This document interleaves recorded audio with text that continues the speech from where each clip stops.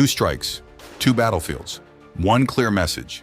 Russia's Ministry of Defense has released new combat footage, less than 1 minute long, but packed with tactical significance. The video claims two successful operations. The first, a Торнадо-С multiple launch rocket system striking a Ukrainian UAV command post.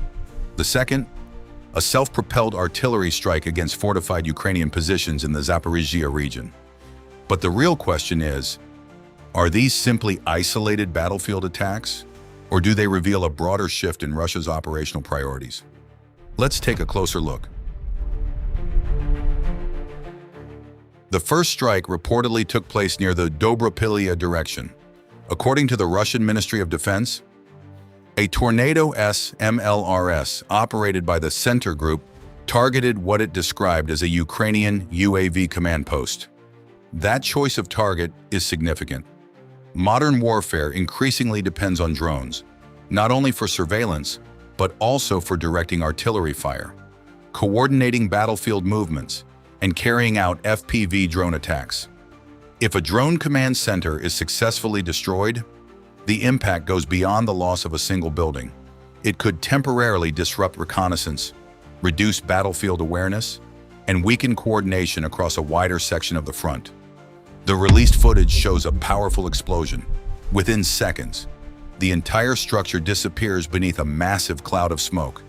However, the video ends before the aftermath becomes visible. As a result, the full extent of the damage cannot be independently confirmed from the footage alone.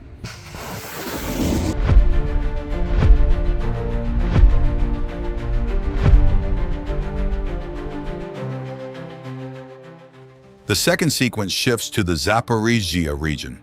This time, Russian forces reportedly employed a self-propelled howitzer. The stated target was a fortified Ukrainian defensive position.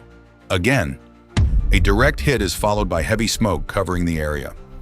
In its official statement, the Russian Ministry of Defense claimed that more than 50 Ukrainian personnel were eliminated during the strike. This is where careful analysis becomes essential. The footage clearly shows an artillery impact, but it does not reveal how many troops were present, nor does it include a post-strike battle damage assessment. For that reason, the reported casualty figure remains an official Russian claim. It has not been independently verified through publicly available evidence. Distinguishing between confirmed visual evidence and official claims is an important part of analyzing any ongoing conflict.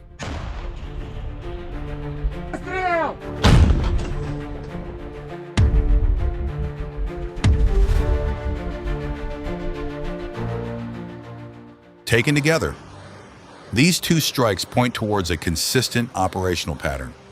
Rather than focusing solely on frontline engagements, Russian forces appear to be prioritizing high-value military infrastructure. Command posts, drone coordination centers, and fortified defensive positions. Targets like these can influence the battlefield beyond the immediate area of impact, disrupting communications, reducing operational coordination, and placing additional pressure on defensive networks. Whether these strikes achieve their intended military objectives will ultimately depend on developments over the coming days.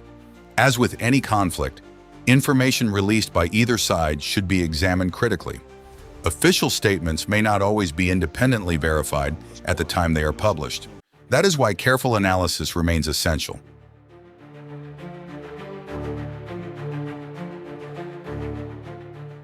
What do you think? Is targeting drone command infrastructure becoming one of the defining strategies of modern warfare? Or will conventional artillery continue to play the decisive role on today's battlefield? Share your thoughts in the comments below. Let's discuss the evidence together with respect and an open mind. If you enjoy in-depth military and geopolitical analysis like this, please support the channel by leaving a like, subscribing, and turning on notifications so you never miss future updates. Disclaimer: this video is created for educational, informational, and analytical purposes. It is based on publicly available footage and official statements released by the parties involved.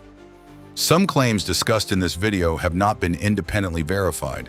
The content does not endorse or promote war or violence, and encourages viewers to examine information critically using multiple reliable sources.